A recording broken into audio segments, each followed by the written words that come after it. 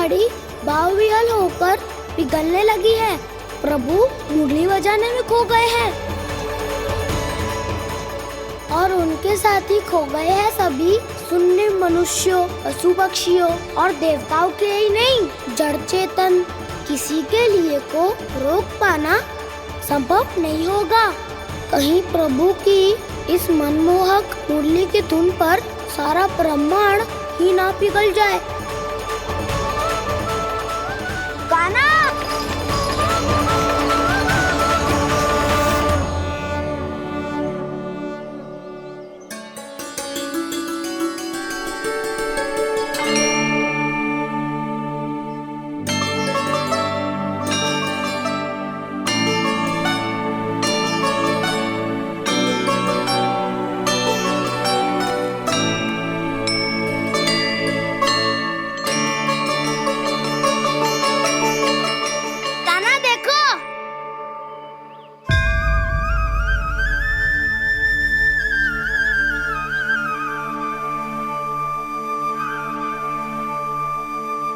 या तो आपके चरण का चिन्ह बन गया है प्रभु। अपने भक्तों के हित के लिए मेरी बस एक ही इच्छा है, ऐसी चिन्ह मेरे हर भक्त के हृदय पर हो। आपके पद चिन्ह तो सदैव से ही आपके भक्तों के हृदय पर छपे हुए हैं प्रभु, पर इस पहाड़ी ने भी अब इसे अपने मन में बसा लिया है। तो युगों युगों तक इस पहाड़ी को चरण पहाड़ी के नाम से जाना जाए। तो युगों युगों तक इस पहाड़ी को चरण पहाड़ी के नाम से जाना जाए। तो युगों युगों तक इस पहाड़ी को चरण पहाड़ी के नाम से जाना जाए।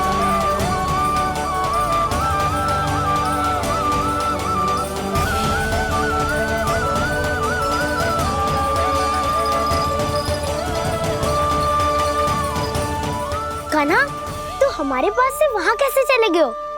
हमें तो पता भी ना चलो। मैं कहीं ना गया था उज्जवल, और ना ही कहीं जाऊंगा। सदैव यही रहूंगा मैं, तुम सबके पास, तुम सबके मन में। भले ही कोई असुर मुझे तुम सबसे दूर ले जाने का कितना भी प्रयास क्यों ना कर ले। श्री कृष्ण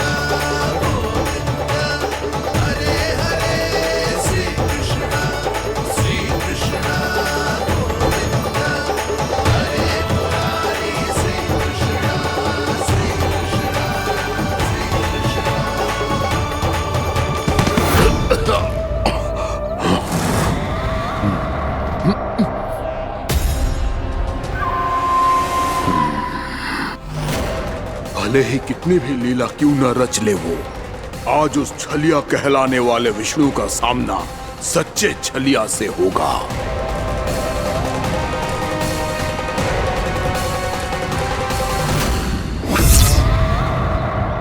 कान्हा, तू कहाँ भटक गया हो? तो नहीं सखा, मैं तो भटके हुए वो मार्ग दिखा रहा था।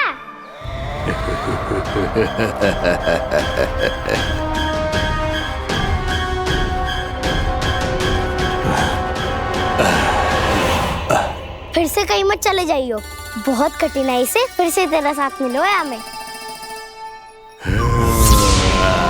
कान्हा, तो इतने दिन बाद आए हो हैं, आज हम केवल गैया ना चराएंगे, कछु आनंद भी लेंगे आज। किसो आनंद?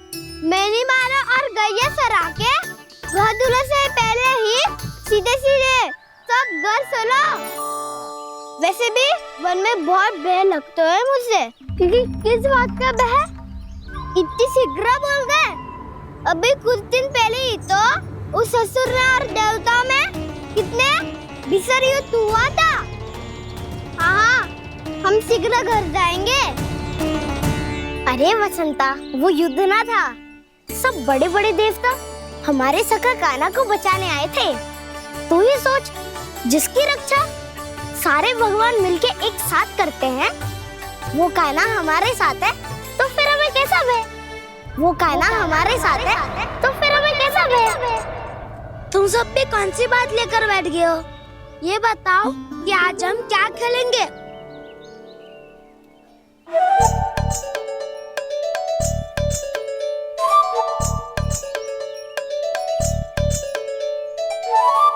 चोर प्रहरी खेले। चोर प्रहरी? हाँ, इस पे एक जन प्रहरी बनते हैं और शेष बनते हैं सब चोर। और चोर का कार्य होगा भागना और छुपना, और प्रहरी का कार्य होगा चोर को पकड़ लेना। अरे वाह काना, क्या खेल बताए हो है। इसमें तो बहुत आनंद आएगा। ये खेल भले ही तुम सब खेलोगे बालकों, पर आनंद तो मैं ही लूंगा।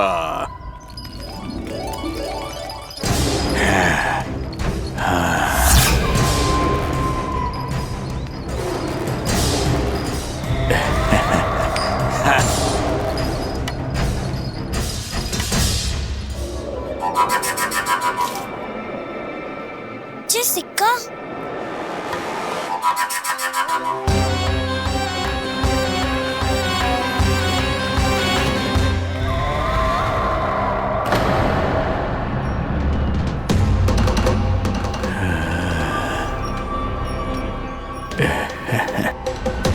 कौन है तुम? छलिया, मायावी छलिया।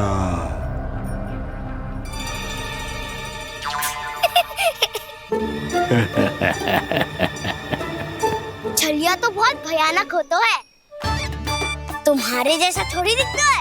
हाँ। मुझे मूर्ख समझते हो तुम? 100 छलियाएं देखे हैं मैंने। हाँ। पर मैं उनसे ना घबराता हूँ, उनको मुझसे भय लगता है। हाँ? सच? और नहीं तो क्या, मैं हूँ इतना अनोखा, इतना वीर। तुम्हें विश्वास ना हो रहा है तो चलो मेरे सखाओं से पूछ लो।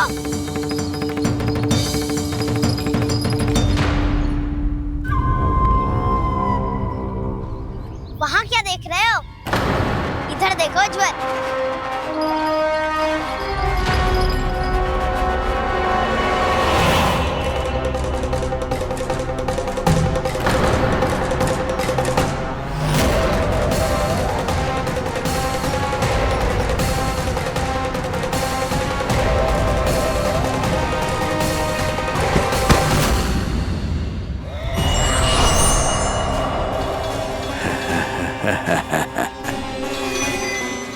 सौ छलिए देखे हैं इसने।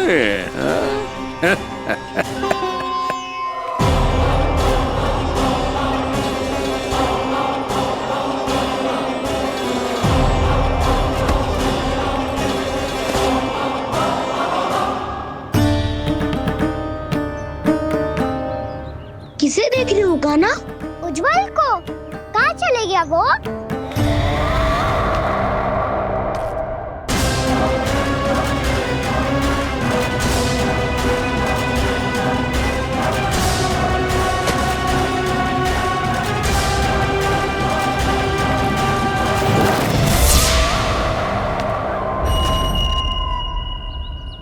चिंता मत करो काना, उज्जवल यही का ही होगा, आ जाएगा।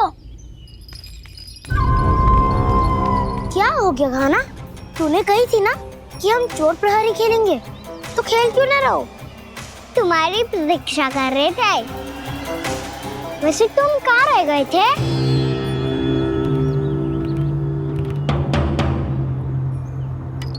वो ये देखो ना, मुझे क्या मिला? सिक्का।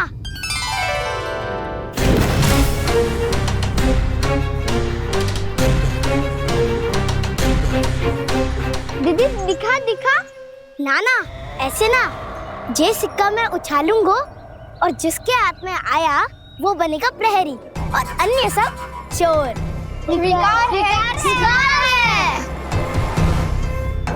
यदि मैं प्रहरी बन गया तो बहुत सरलता से इस कृष्ण को पकड़कर गुफा में ले जाऊंगा और वहीं इसकी हत्या कर दूंगा। इसे इसके ही यंत्र में फंसाना होगा मुझे।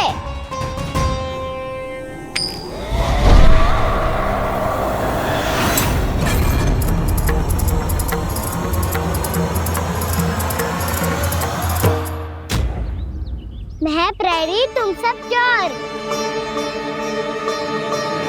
कोई बात नहीं कृष्ण, अब इस उज्जवल की तरह पहले तुम्हारे सारे सखाओं को फंसाऊंगा मैं और फिर ले जाऊंगा तुम्हें।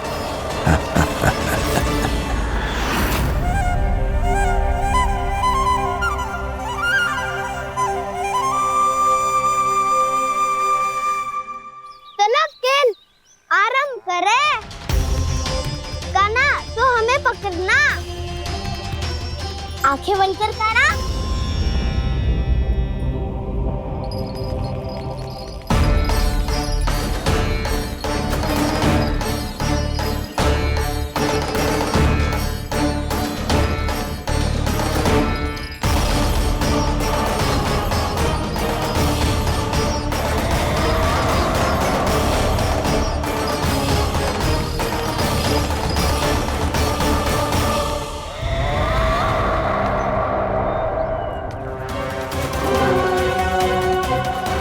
अकेला रह गया ये, अब फंस गया ये। सुबल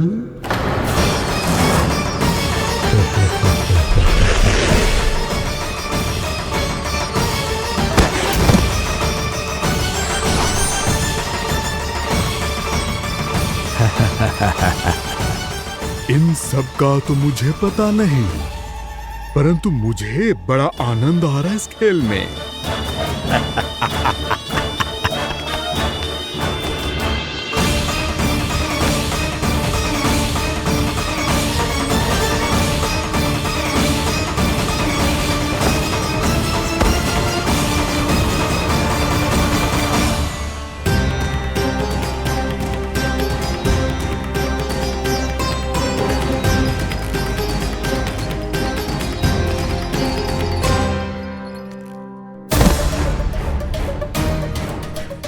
बसंता,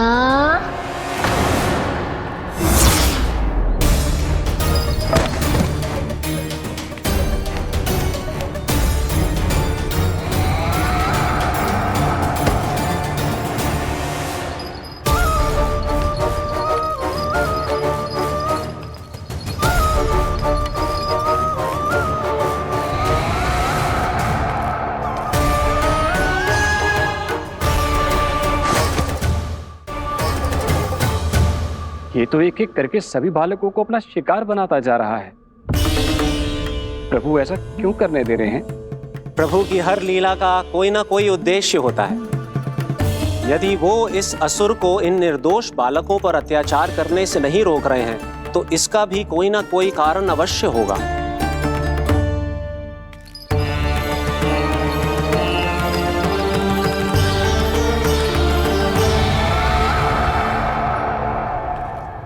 श्रीदामा,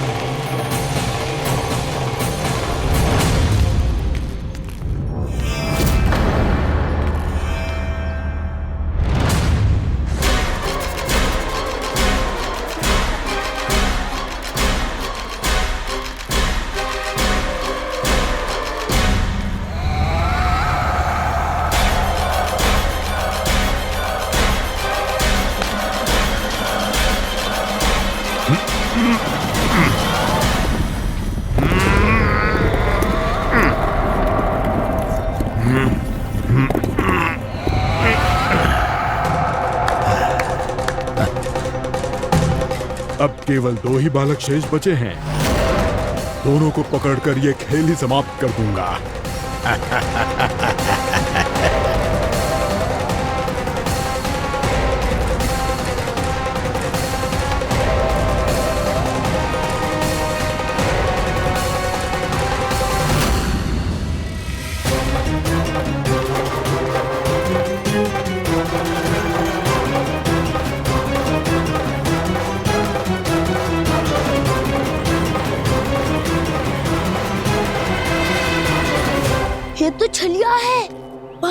छलिया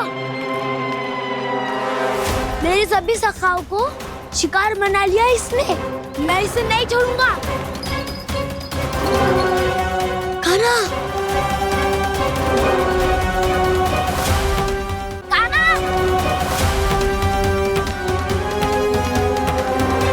कान्हा, कान्हा,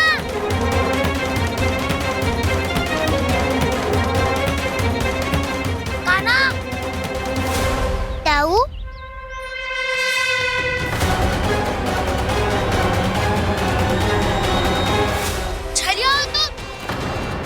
तुमने मेरे सखाओं का अपहरण किया है। मैं छलिया ना हूँ ना, मैं तो आपका छोटा भाई हूँ, आपका कान्हा। मैंने सब कुछ अपनी आंखों से देखा है बस। तुम छलिया ही हो। रूप बदल बदल कर मेरे सखाओं का अपहरण कर रहे हो। ये क्या कह रहे हो दाऊ? आप ही मुझे नहीं पहचानोगे तो कौन पहचानेगा? कान्हा, ये नहीं, मैं हूँ वास्तविक बलराम, तुम्हारा दाऊ।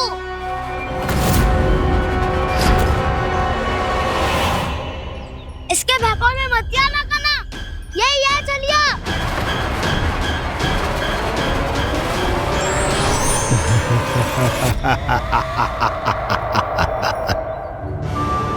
बुद्धिमान बालक, केवल तुमने ही पहली बार में माना है कि मैं ही वास्तविक छलिया हूँ। पर हम तुमसे भयभीत नहीं है दस। इसी क्षण हमारे सखाओं को मुक्त कर दो।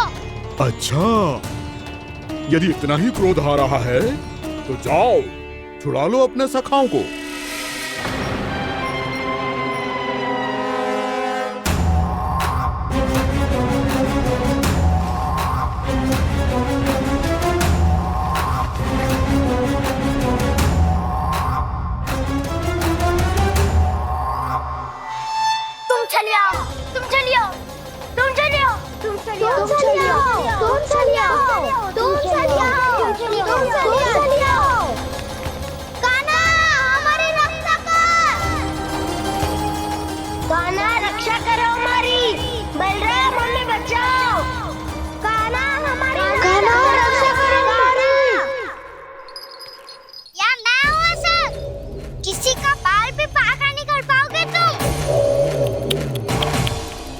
बालक, पर मैंने तो पहले ही तुम्हारे सखाओं को उस कंदरा में पहुंचा दिया है।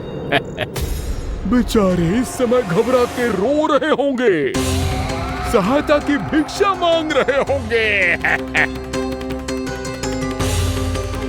जानते हो तुम उन सबका अपहरण क्यों कर पाए? क्योंकि मैंने तुम्हें कर नहीं दिया, ताकि मुझे तुम्हारा सामना करने के लिए हिकायत मिल सके। अच्छा। लाओ, आप जाके सखाओं को बचाओ। इस दुष्ट के लिए मैं पर्याप्त हूँ।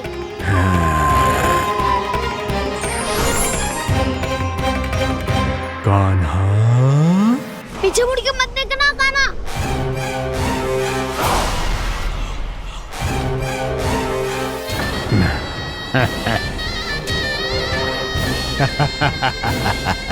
अपने सखाओं की तरह अब तुम भी फंस गए कृष्ण।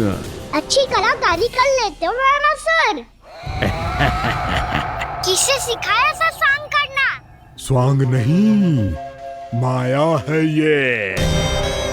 ये विद्या मैंने अपने पिताश्री से सीखी है। माया के महान आचार्य मायासुर। तो तुम मायासुर के पुत्र हो, पर जिसके सामने ना माया जाल बुनने का प्रयास कर रहे हो, ये माया के स्वामी है। ये मायाधर विष्णु है। ये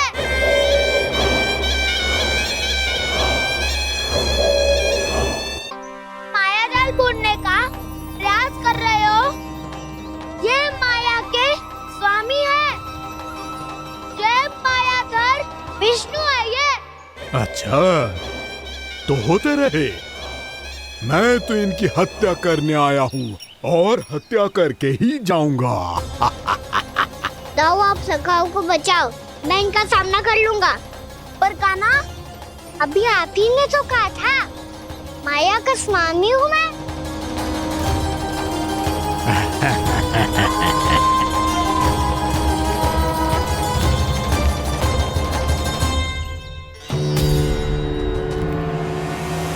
ये तो मथुरा का व्यापारी है।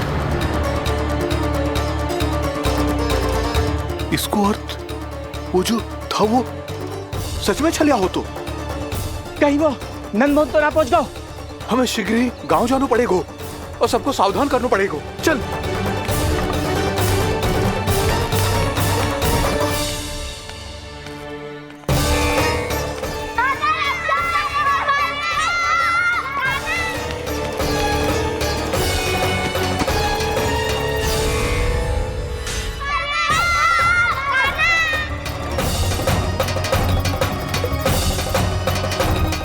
यदि तुम्हें लग रहा है कि मेरे छल के वार से बच गए हो तो मुझसे भी बच जाओगे। ये तुम्हारी सबसे बड़ी भूल है कृष्ण। मेरे पास बहुत सारे मायावी अस्त्र हैं जो क्षण भर में ही तुम्हें विष्णु लोक पहुंचा देंगे। तो फिर प्रतीक्षा क्यों कर रहे हो? बालक, मैं परिहास नहीं कर रहा हूँ। मुझे पता है, तभी तो कह रहा हूँ शीघ्र दिखाओ ना। मुझे तुम्हारे सारे मायावी अस्त्र देखने हैं। कैसे बालक हो तुम? मैं यहाँ खेल दिखाने नहीं आया हूँ। तो सवेर रात क्यों कर रहे हो ब्रह्मासुर? जो करने आए हो वो ही करो ना। अब देखो कैसे तुम्हारे प्राण एक ही वार में इस देह का साथ छोड़कर उड़ जाएंगे। मेरी मायावी अग्नि तुम्हारे भोले भाले से इस मुख को जलाकर भस्म कर देगी।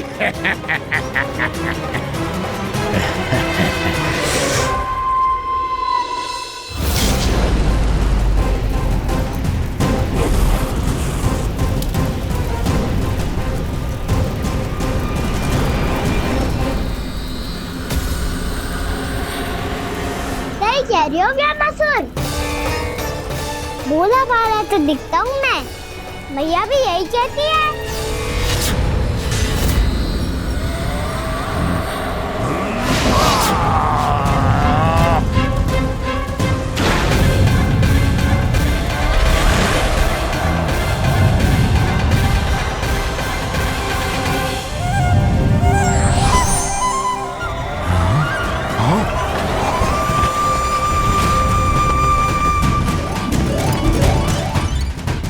आसन को उपहार देने के लिए बहुत बहुत धन्यवाद ब्रह्मासुर। बहुत समय से खड़े खड़े थक गया था मैं।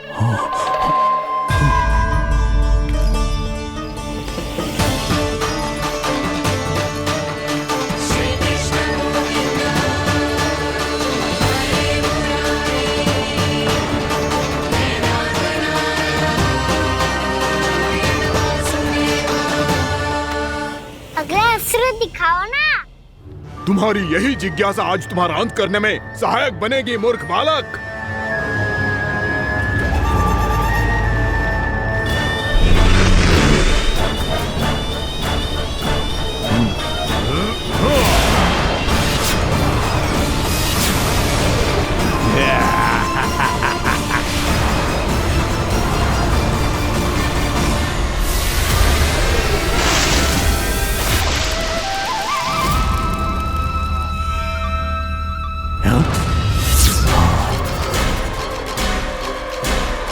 अच्छा, पर प्रक्षालन करना चाहते थे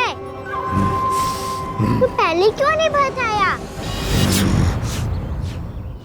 मुस्कुराना बंद करो। तुम्हारी ये हंसी मुझे कांटों की तरह चुभ रही है। पर मैया तो कहती है कि मेरी मुस्कुराहट फूलों की तरह है।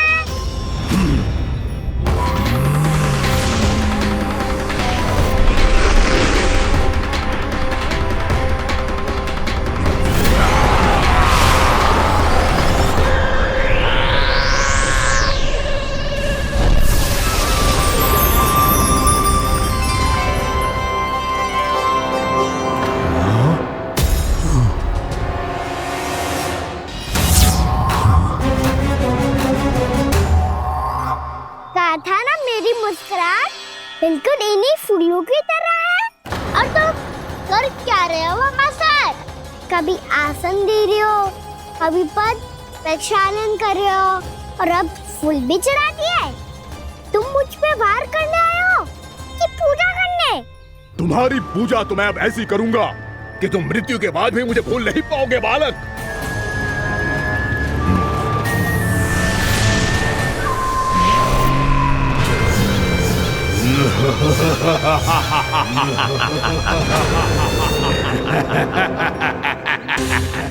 कान्हा, ये चट्टान तो मुझसे हिली ना रही।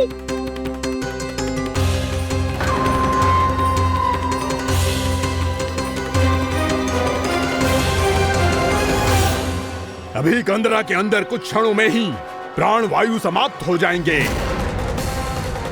तुम्हारे सारे सखा एक एक कर अपने प्राण त्याग देंगे और तुम्हारा वध करूंगा मैं।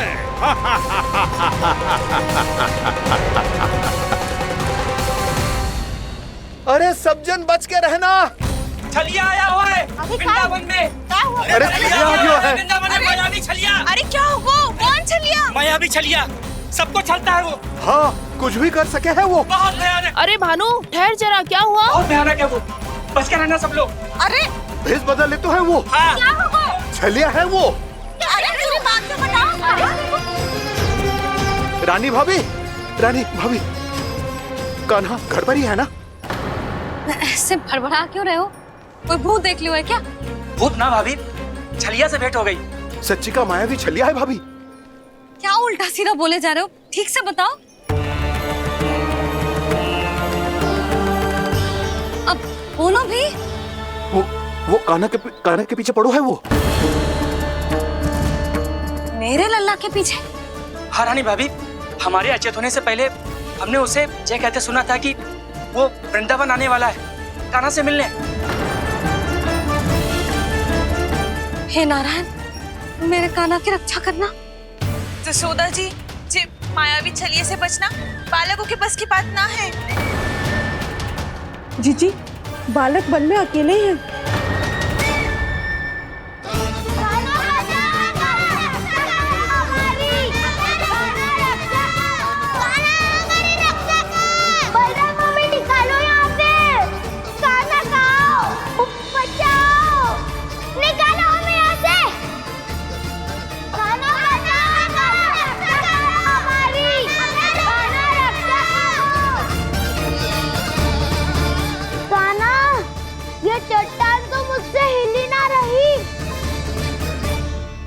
यदि मैं माया का स्वामी हूँ तो आप भी बल के स्वामी हो।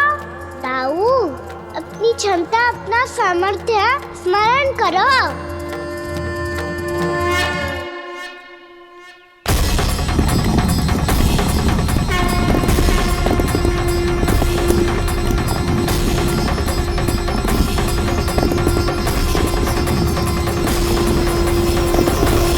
इससे पहले कि वो कंदरा का द्वार खोल के तुम्हारे सखाओं को बाहर निकाले, मैं तुम्हारे प्राण ले लूंगा कृष्ण।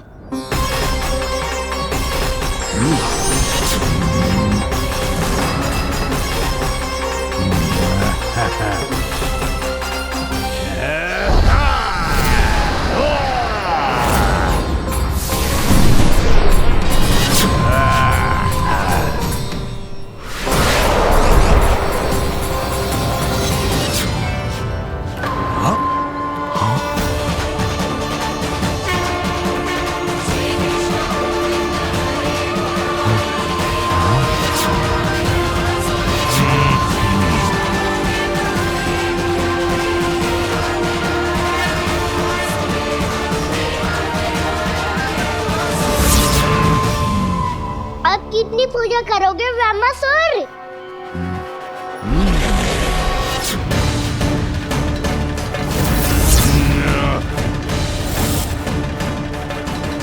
प्रभु तो खेल खिला रहे हैं इससे, और ये खेले जा रहा है विवश होकर, उनकी माया से बाध्य होकर।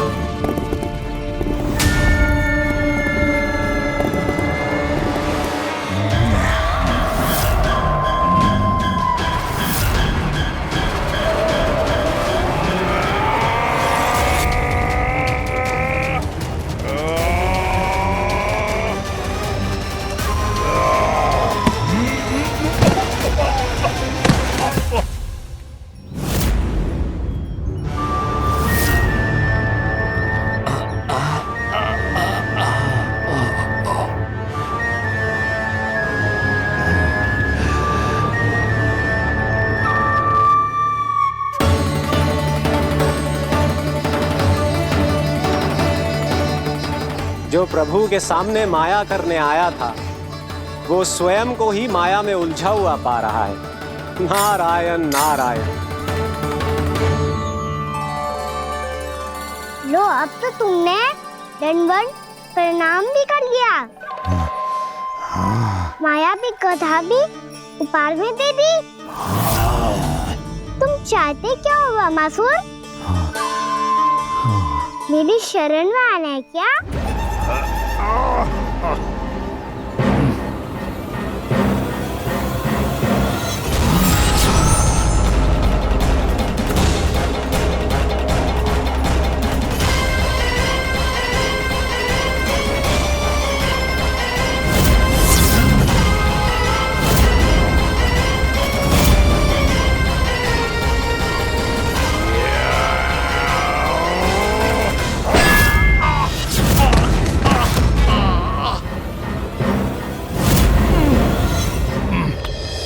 सोच विचार का समय ना है हमारे पास।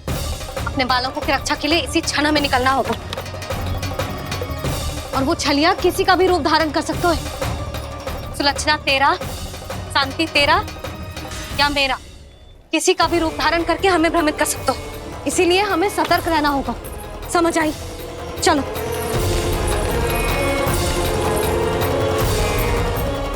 अभी भी समय है वामासुर, समय लाओ। यदि मैया आ गई तो बात गड़बड़ हो जाएगी।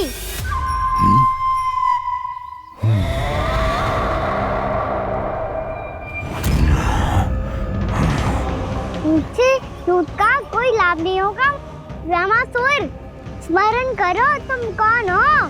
मायासुर का पुत्र हूँ मैं, अपने स्वामी महाराज कंस का सेवक हूँ, और तुम्हारा हूँ मैं काल।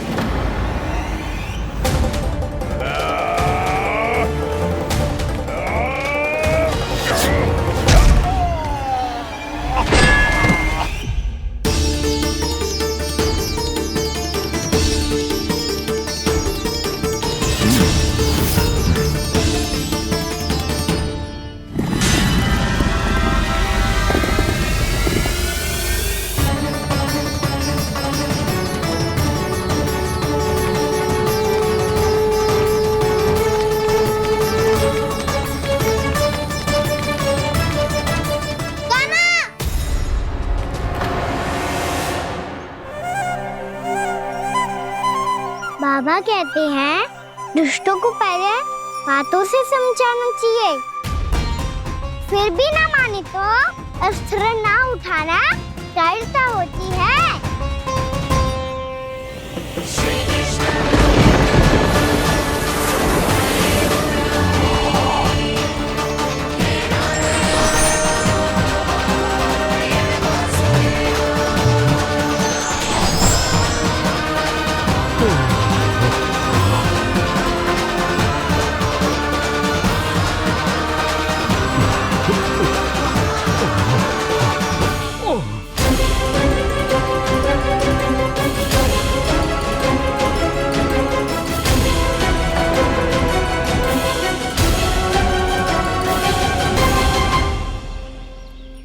पता था मुझे, अपने बाबा के स्वरूप को हानि नहीं पहुंचाओगे। सही कही तुमने। पिता की छवि ही पिता के समान भी आनंदीय होती है। वामासुर, वामासुर। ये मैं अपने वास्तविक रूप में कैसे आ गया?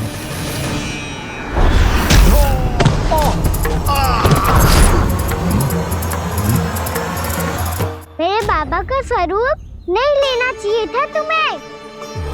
मैया ने सिखाया है भूल को क्षमा किया जा सकता है, पर जानबूझ के किए गए अपराध के लिए दंड ही एकमात्र विकल्प होता है। ये बार बार अपनी मैया का नाम ले रहा है। यदि मैं वो स्वरूप लूं तो अपनी मैया पर वार नहीं कर पाएगा ये।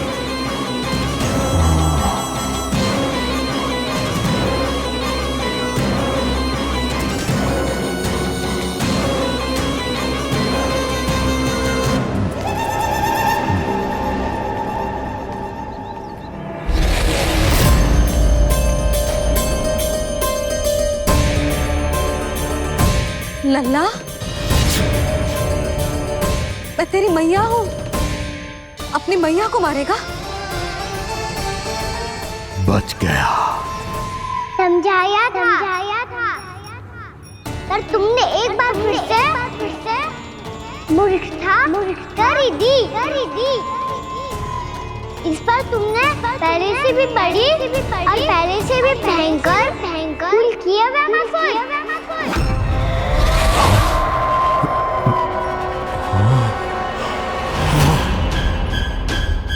ये क्या हो रहा है मुझे? बार बार मेरा रूप क्यों बदल रहा है? ममता को समझे बिना अधिक समय तक मैया का स्वरूप हरण करके नहीं रख पाओगे वैमासुर।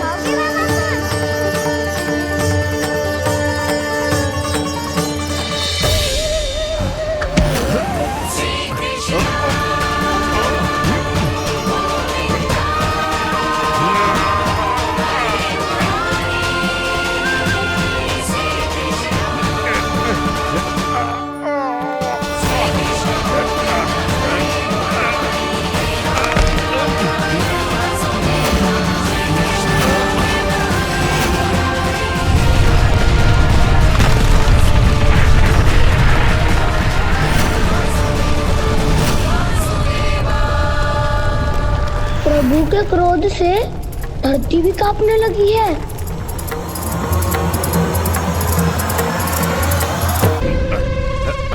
पुत्र को मारने के उद्देश्य से एक माँ का रूप लिया तुमने।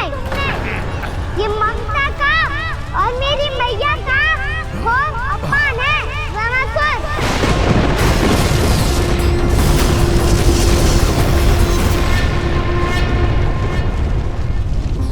इससे पहले इस असुर के कारण निर्दोष प्राणियों का कोई अहित हो, मुझे कुछ करना होगा।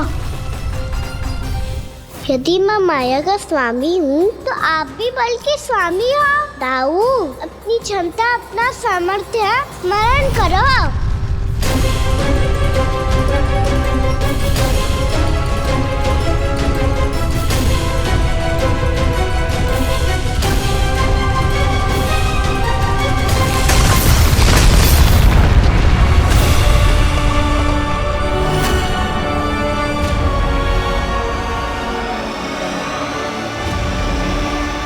अद्भुत बल दाऊ, अद्भुत।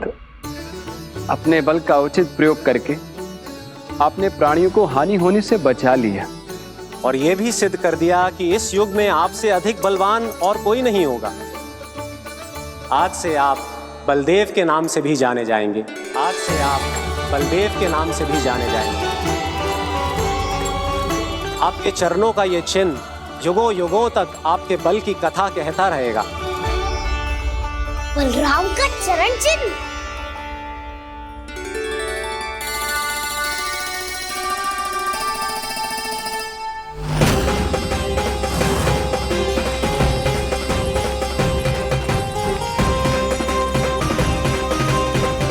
मेरी माया से आज तक कोई नहीं बच पाया है।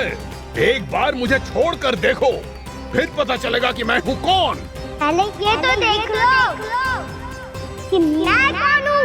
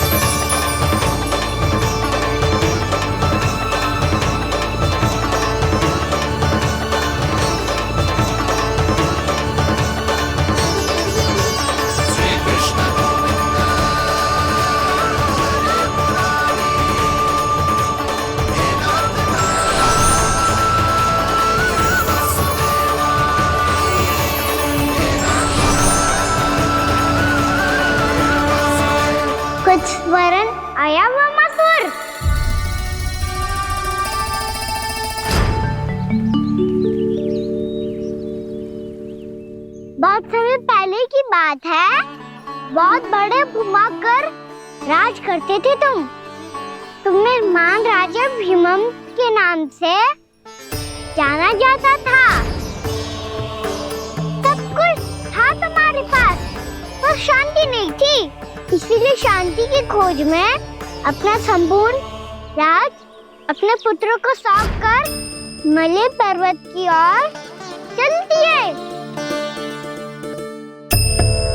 अनेक वर्षों की तपस्या के बाद तुम्हारे तप की कीर्ति चारों ओर फैलने लगी और फिर सच्चे तपस्वी के रूप में तुम्हारी ख्याति से प्रभावित होकर महर्षि उलट तुमसे भेंट करने आए। राजा भीमरथ, आपने ईश्वर की प्राप्ति के लिए सब कुछ छोड़ दिया, पर अपना अभिमान नहीं छोड़ पाए। इसीलिए मेरे आगमन पर सम्मान के साथ खड़ा होना तो दूर, मेरा अभिवादन भी नहीं किया। अभिमान तपस्वी का गुण नहीं होता है राजन, अभिमान राक्षसी गुण है। इसलिए मैं आपको श्राप देता हूँ कि आप अगले जन्म में एक राक्षस के रूप में जन्म लेंगे, एक राक्षस के रूप में जन्म लेंगे। मुझे क्षमा कर दीजिए महर्षि, मैंने जानबूझकर आपका अपमान नहीं किया है। मैं तो यहाँ पर शांति की खोज में आया था। अपने भीतर के संसार में गहरे सोच विचार में डूबा हुआ था मैं। मुझे क्षमा कर दीजिए महर्षि, मुझे क्षमा कर दीजिए। अपनी भूल का आभास प्रायश्चित की ओर पहला पग होता है। मैं अपना श्राप तो वापस नहीं ले सकता, परंतु आपको एक वचन अवश्य दे सकता हूँ। जब भी प्रभु नारायण का अवतार होगा, आपको उचित समय पे वो वरदान देंगे जिसकी आप लंबे समय से प्रतीक्षा कर रहे हैं।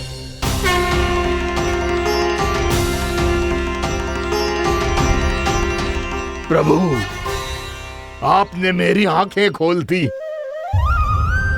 अब मुझे पता चल गया है कि आप कौन हैं और मैं कौन हूँ। इसलिए आप मुझ पर कृपा करके अपने चरणों में स्थान दे दीजिए। मुझे वो शांति प्रदान कीजिए जिसकी खोज में मैं वर्षों से भटक रहा हूँ।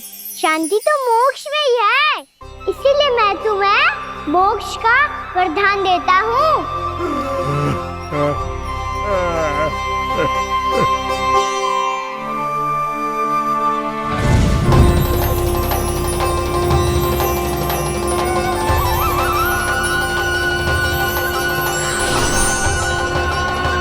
प्रभु की ये लीला सदैव स्मरण रखी जाएगी। इस स्थान को इनका आशीर्वाद मिलेगा और इस कंदरा को व्योमासुर की कंदरा के रूप में पहचाना जाएगा। भविष्य में अनेक ऋषि मुनियों की शरण स्थली बनेगी ये कंदरा।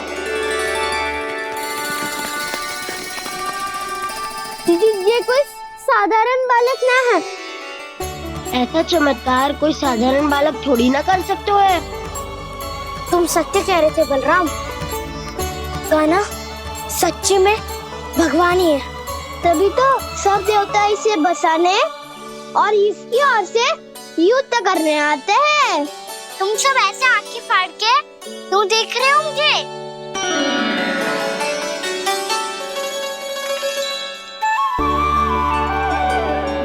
बलराम, तुम बलवान हो और कान्हा भगवान है।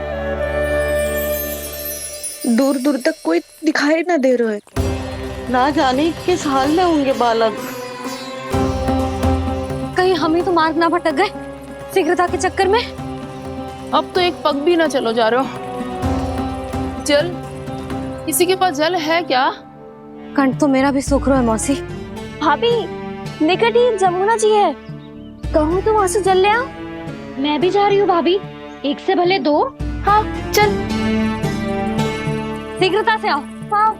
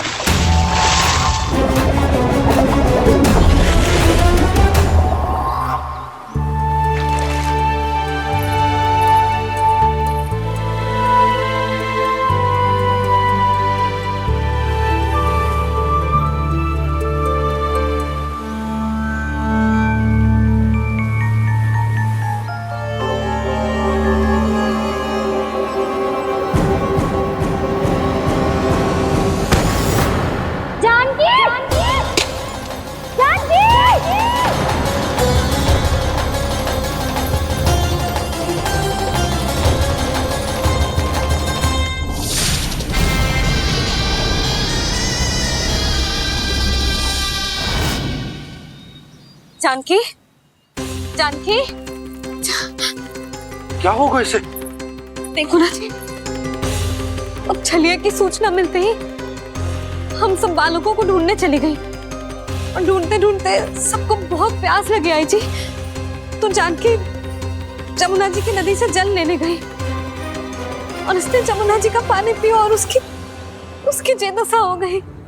बालक कहाँ है? वो ठीक तो है ना? ऊपर से सब ठीक है पर भीतर से बहुत भयभीत है सब। जानकी तो बिल्कुल नीली पड़ गया है।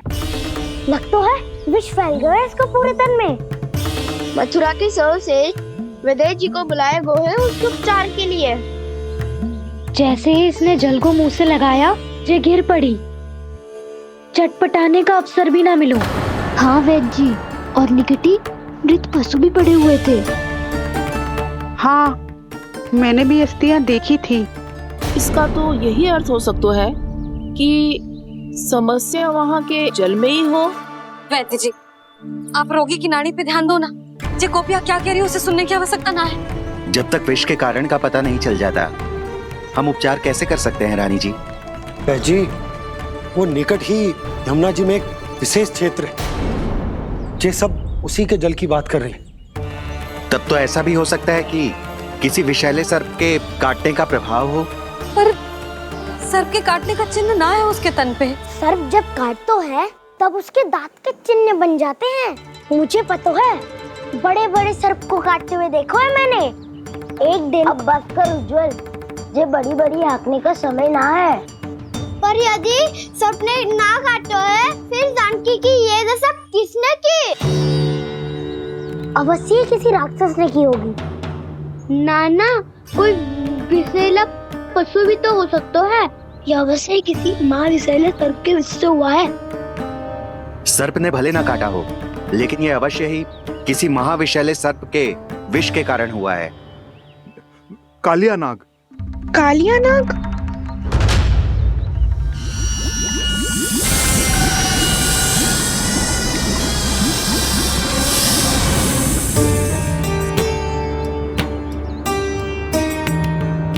संकेतों से तो ऐसा लगता है कि जानकी ने कालिया नाग के क्षेत्र के विशाल जल पी लियो है।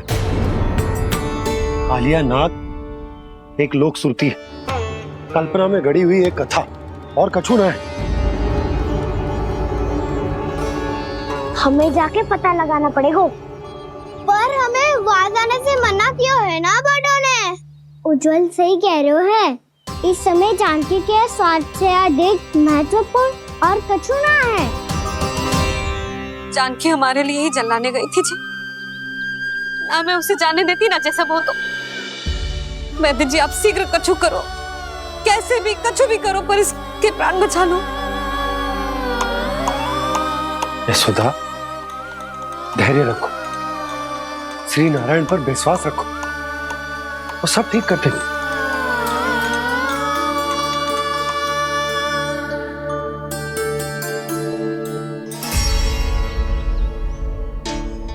विष की काट की मेरे पास जितनी जड़ी बूटी थी, मैंने सब अर्क बना के पिला दी, पर इसकी दशा में अभी तक कोई सुधार नहीं दिख रहा है। यह अंतिम जड़ी बूटी है। अगर इससे भी चमत्कार नहीं हुआ तो फिर जो नारायण की इच्छा।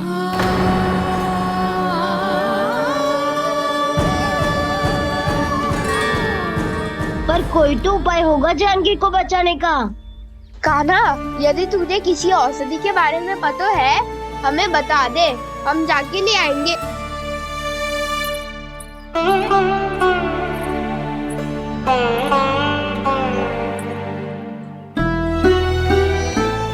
हे नारायण, हे प्रभु, मेरी जानकी के प्राण बचा ले प्रभु। क्या तो मैं अपने आप को कभी क्षमा न कर पाऊंगी। ये सारी मेरे ही कारण बनाई थी। उसकी रक्षा करो प्रभु, मेरी पुकार सुनो। कान्हा, तूने हमें वत्सासुर से बचाया था ना? और बकासुर से भी तो। और छलिया से भी तो तूने ही बचाया था ना हमें।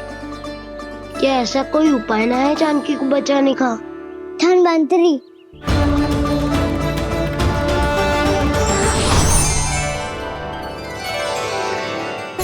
मैं आ गया हूं प्रभु, चिंता मत कीजिए, आपके आदेश का पालन अवश्य होगा। यशोदा मैया,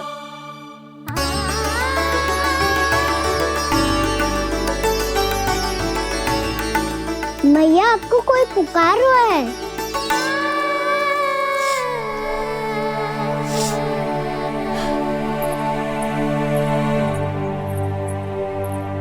चिंता मत करो मैया, अब धन्वंतरी जी आ गए हैं और सब संभाल लेंगे। धन्वंतरी जी कौन है? जिन्होंने संसार का आयुर्वेद दिया,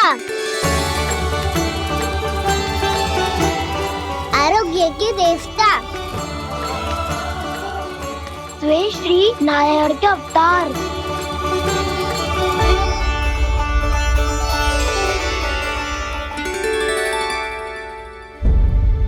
मुझे पता चला है कि आपको वेद की आवश्यकता है। हाँ हाँ, भीतर आइए। आइए आइए बैठे जी। जी रहे। मथुरा का सर्वश्रेष्ठ वैद्य अर्थात मैं यहाँ आ चुका हूँ और रोगी को जितनी औषधि की आवश्यकता थी सब दे चुका हूँ। निश्चित रूप से आपने विष की काट के लिए बहुत ही उत्तम अर्क तैयार किया है, इसीलिए किसी और वैद्य की आवश्यकता नहीं है। किंतु आप अकेले कितना कुछ करेंगे वैद्यराज, मुझे अपना सहायक ही बना लीजिए। पर जो करना था मैं पहले ही कर चुका हूँ। हाँ, वो तो आप कर चुके हैं, बस रोगी के तन से विष निकालना शेष है ना वैद्यराज? हाँ हाँ, बस वही शेष है। इनके रक्त को विष रहित करने में मैं आपकी सहायता करूंगा। पहले ये संजीवनी मानी जाने वाली इन लाल फूलों की बूटी को भी घिसना है ना?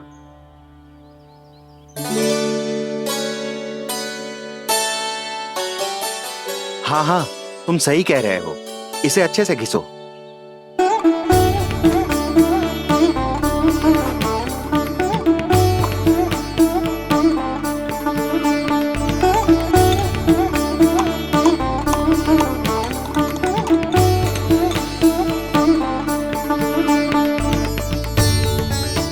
और ये नीले फूलों को भी तो मिलाना है ना?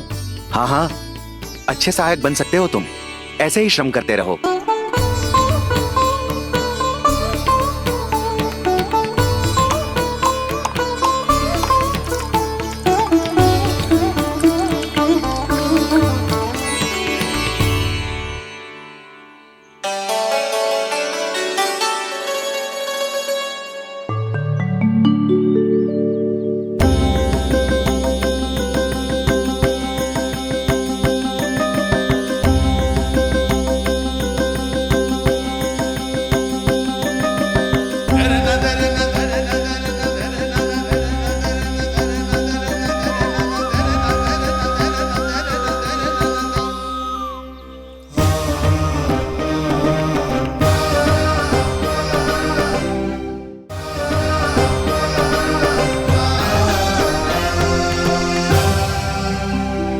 जानकी स्वस्थ हो जाएगी ना धन्वंतरी जी?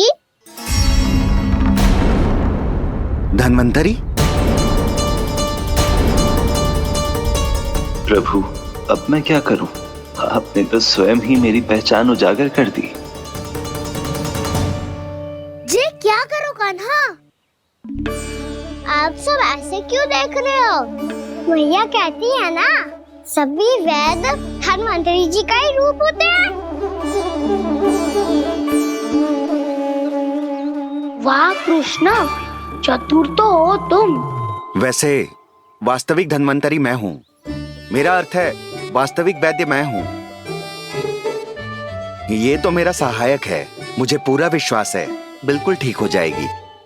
वैसे ही थोड़े ना मुझे मथुरा का सर्वश्रेष्ठ वैद्य कहते हैं लोग।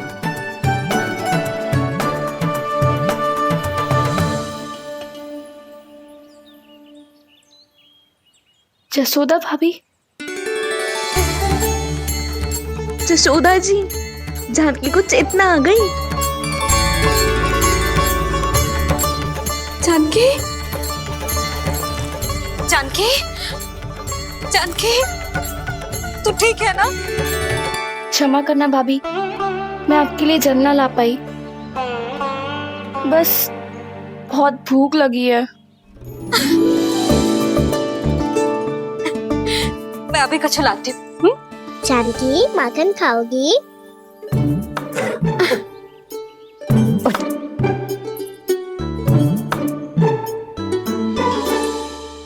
आजा, तू ही खिला दे लल्ला।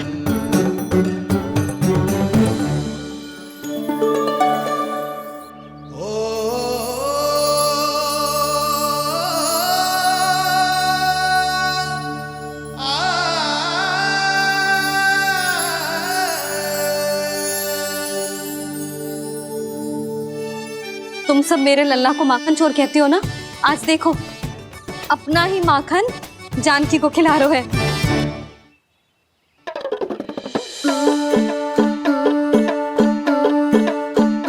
थोड़ा और विश्राम कर लो। सदैव तुम हम सबकी सेवा करती हो, आज मैं तुम्हारी सेवा करूंगा। जानकी की जिज्ञासा तब हुई जब जय यशोदा काकी की सेवा कर रही थी, और अब देखो स्वयं भगवान ही इसकी सेवा कर रहे हैं। जानते हो इससे क्या सिद्ध होता है?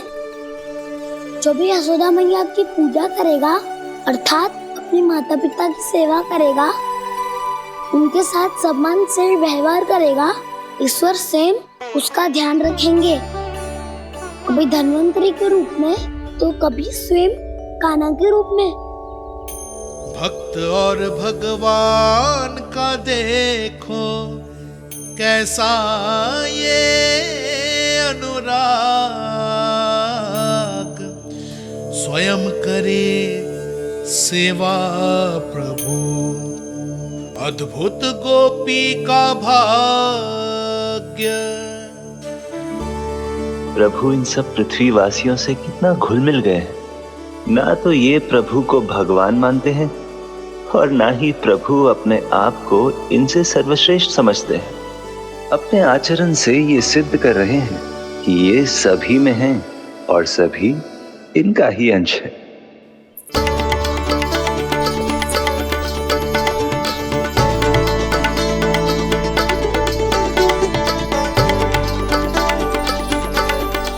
प्रभु, अब मुझे जाने की आज्ञा दीजिए।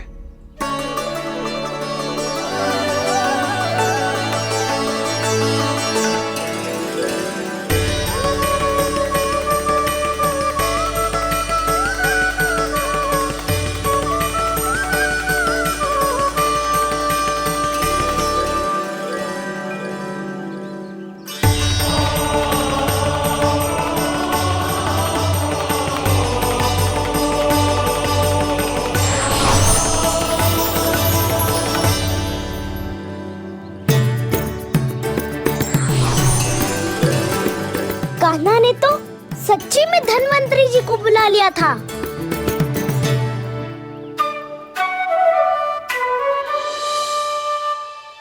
जब से कान्हा का जन्म हुआ है ना, मैं तब से देख रही हूँ, तब से हम पे कोई भी संकट आती है ना, तो अचानक से कोई अपरिचित हमारी सहायता करने आ जाता है, और जाते समय कान्हा की आज्ञा लेके जाते है, और कभी कभी तो इसे प्रभु बोल के जाते है। बाबा संभालो।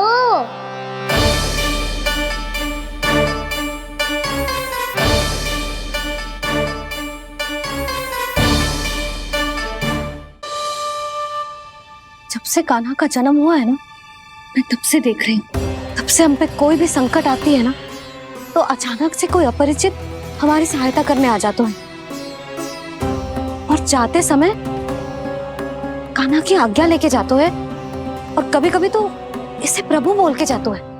बाबा संभालो। यशोदा, इस जानकी को चढ़ो है और विचित्र विचार तुम्हारे मन में है। अरे सब जानते हैं कि हमारा परिवार राजसी, तुम्हें पता ना चलता हो वो, पर हमारे कान्हा को सब राजकुमार ही समझते हैं देखकर। इसीलिए उसे सम्मान देने के लिए सब ऐसा ही करते हैं, और कोई बात ना है।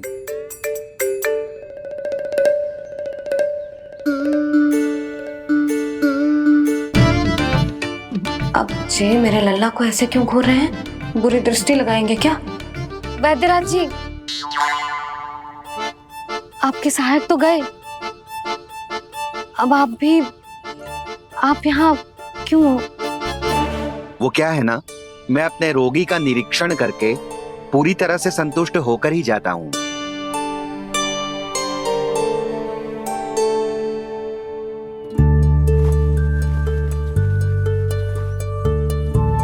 हाँ, संकेत तो अच्छे हैं, कल सुबह तक बिल्कुल ठीक हो जाएगी। धन्यवाद वैद्य जी।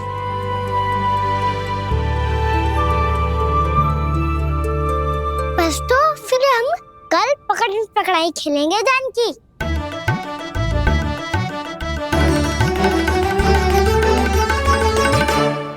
भानु, बंसी, जाकर उस क्षेत्र के चारों ओर बाढ़ बनवा दो और वहां सूचना पट्ट भी लगा देना, ताकि जानकी के साथ जो हुआ है वो किसी और के साथ ना हो। शीघ्र जाओ। जी ठीक है।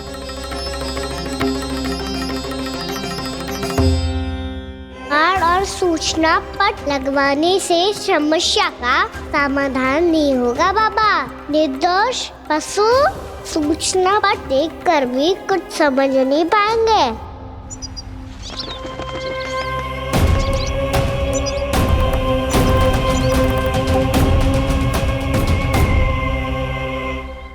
तो तुम्हारे कहने का अर्थ यह है कि व्योमासुर मारा जा चुका है और वो बालक अब भी जीवित है।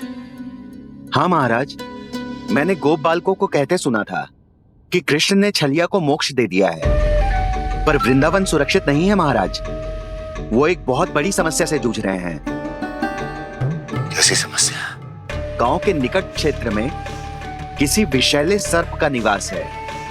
उसके विष का प्रभाव इतना भयानक है महाराज, जैसे विष ना हो, स्वयं हलाहल हो। मेरी कोई भी औषधि रोगी का उपचार नहीं कर पा रही थी। निकट के क्षेत्र में कहाँ है वो सर्प? गोप मानते हैं कि वो सर्प गांव के निकट यमुना नदी के जल में रहता है। मुझे तो लगता है महाराज, ये कालिया नाग की कथा कोई किंवदंती या लोक श्रुति नहीं, एक सच्चाई है, एक विशैली सच्चाई।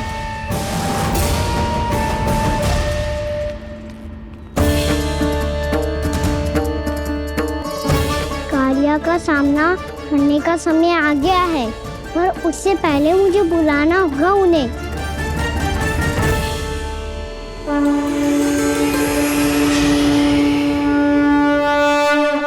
संसार के दारुण भय का नाश करने वाले, सभी कष्टों का हरण करने वाले, विश्व का समस्त ऐश्वर्य प्रदान करने वाले, कमल जैसे लोचन, मुख और चरणों वाले आजानुभुज श्री राम को मैं बार बार नमस्कार करता हूँ।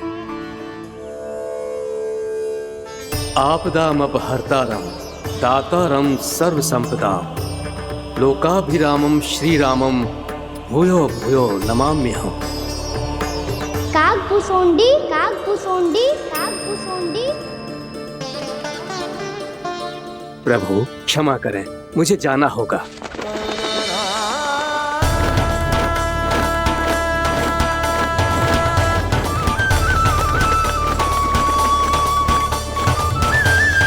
प्रणाम प्रभु। अनेक बार मैं आपके दर्शनों के लिए आया प्रभु।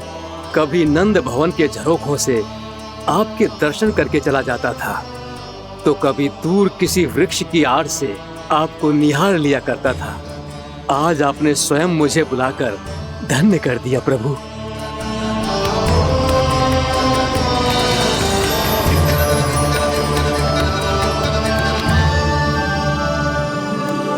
मैंने आपको यहाँ एक विशेष कारण से बुलाया है। आपके श्राप से इस कालिया नाग को मुक्त करने का समय आ गया है। ये तो बहुत ही उत्तम समाचार है प्रभु। इतने वर्ष बीत गए, मुझे आज भी स्मरण है वो दिन जब मैंने उन्हें श्राप दिया था। अपने क्रोध पर नियंत्रण खोकर बहुत बड़ी भूल कर दी थी मैंने प्रभु। बीती हुई घटनाओं पर दुखी होके कोई लाभ नहीं है। हमें भविष्य की ओर देखना होगा।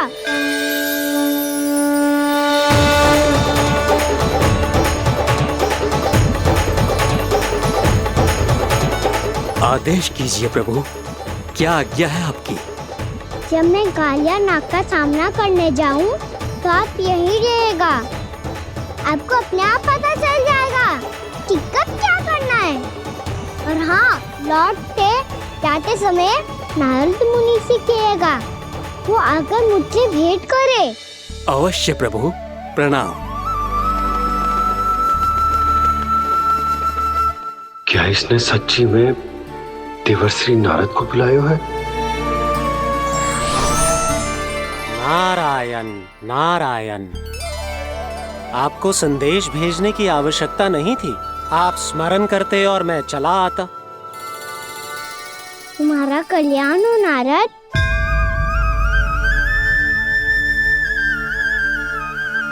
मैंने तुम्हें एक विशेष कार्य के लिए बुलाया है।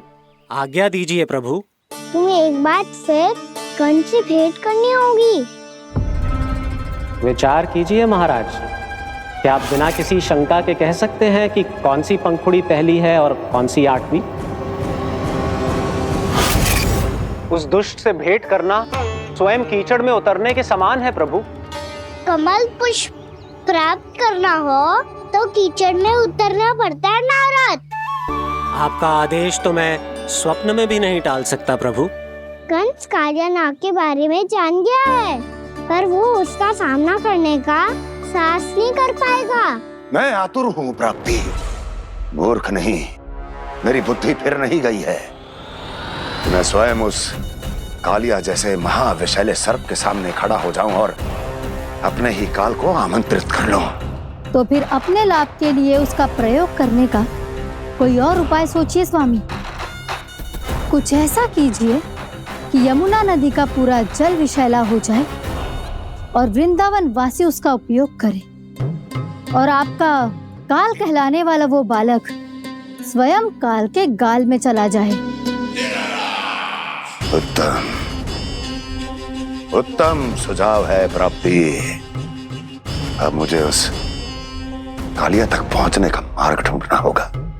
उसको विवश करने का कोई उपाय ढूंढना होगा, क्योंकि व्यक्तिगत रूप से उससे भेंट करना असंभव है।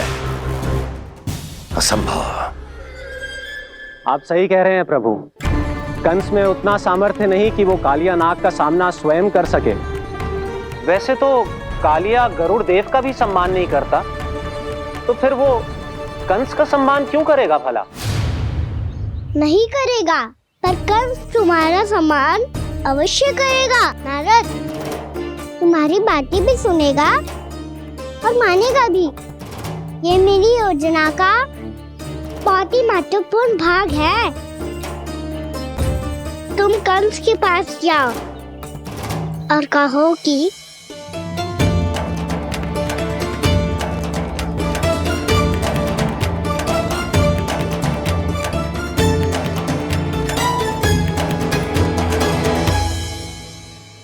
संतान अपने माता पिता को तीर्थ का सौभाग्य दिलाती, और मेरा लल्ला कितना महान कि उसने हमारे घर को ही तीर्थ बना दिया। ऐसा तीर्थ जहां मेरी आंखों के सामने भक्त और भगवान का मिलन हो रहा है। जो आज्ञा प्रभु।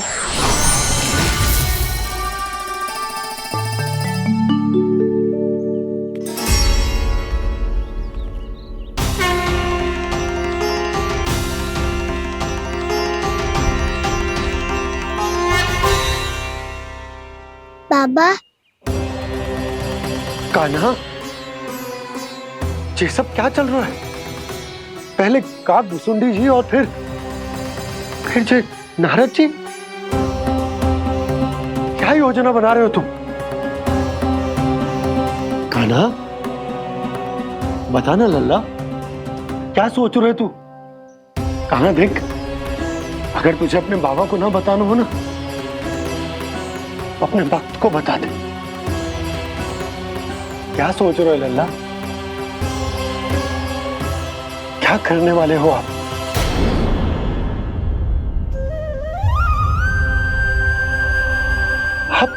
आप इतने दुखी क्यों हो?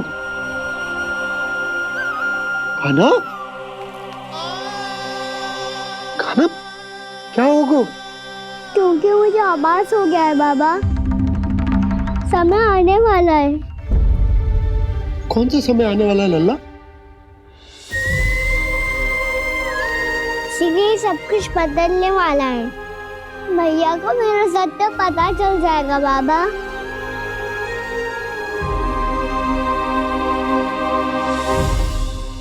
पर लल्ला, इसका काग भुसुंडी और कालिया नाग से क्या संबंध है? ऐसा क्या हुआ था और क्या होने वाला है?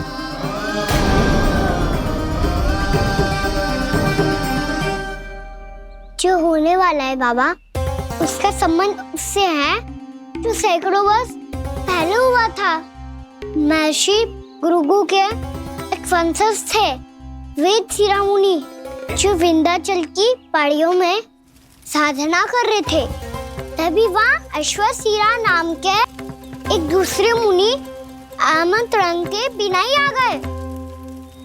कितना सुंदर और शांतिपूर्ण आश्रम है। यहाँ प्रभु की साधना करने में बहुत आनंद आएगा।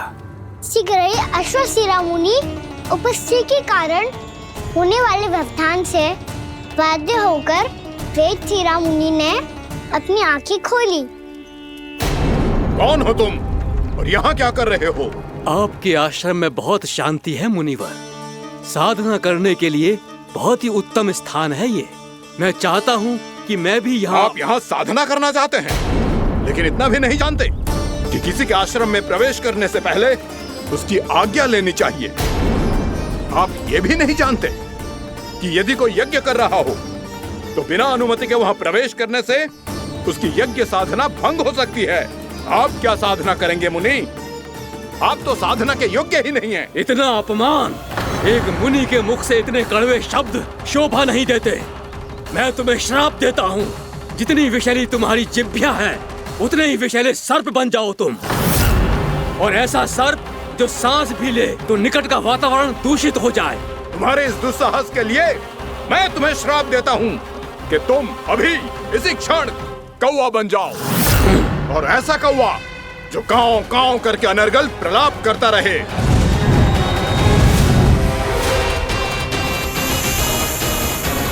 ये मैंने क्या किया? ये मैंने क्या किया? क्रोध के कारण दोनों ने एक दूसरे को श्राप दे दिया। पर दोनों ही मेरे भक्त हैं, और भगवान होकर मैं अपने भक्तों को इतनी कठिनाई में कैसे देख सकता था। इसीलिए जिस संकट में उन दोनों ने अपने आप को फंसा लिया था, उसका समाधान करने में मैं उनके पास गया। देखिए ना प्रभु, ये क्या हो गया हमसे? हमारी रक्षा कीजिए प्रभु, मार्ग दिखाइए हमें। क्रोध पर नियंत्रण ना होने के कारण आप दोनों ने एक दूसरे को बहुत ही भीषण संकट में डाल दिया है। अब दोनों ही तपस्वी, तप के बल से दिए गए आपके श्राप को लौटाना भी संभव नहीं है।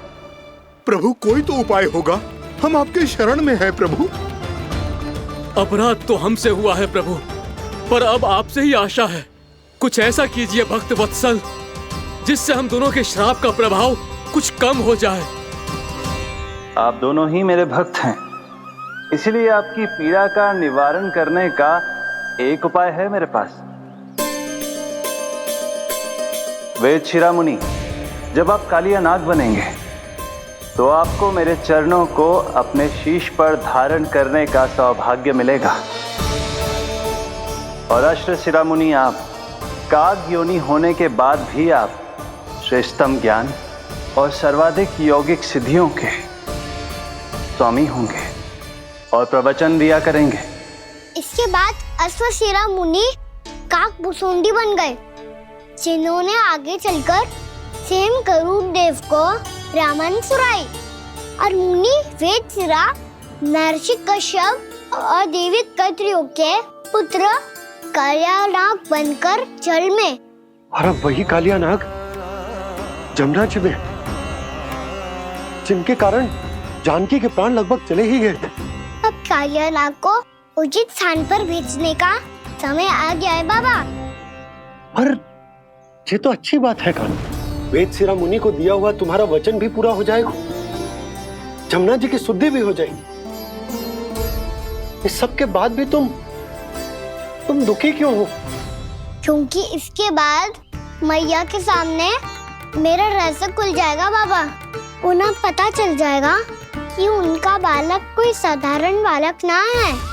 भविष्य में जो होने वाला है उसे सबके सामने घटने से रोकना मेरे लिए भी संभव ना होगा। मैया को सब पता चल जाएगा। क्या पता चल जाएगा रे मुझे?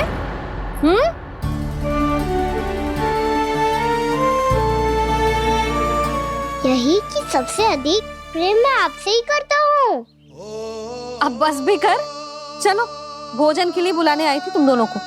भूखा थोड़े ना रहने दूंगी अपने लल्ला को, मेरा लल्ला दुर्बल हो जाएगा ना। आप खिलाओगे तो ही खाऊंगा। हाँ ठीक है, मैं ही खिलाऊंगी। अब चल, आओ जी चल।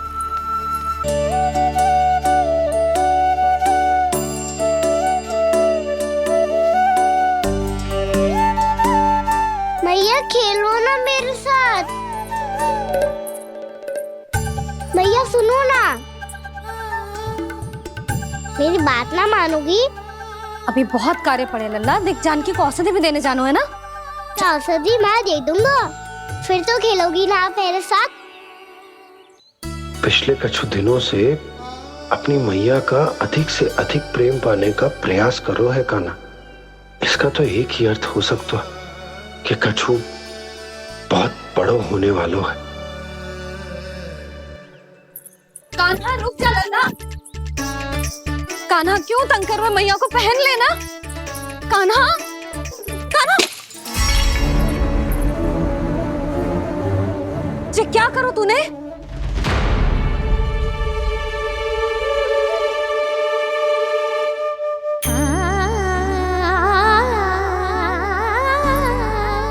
अच्छा ठीक है, अब मुंह लटकाने की आवश्यकता ना है। ये ले।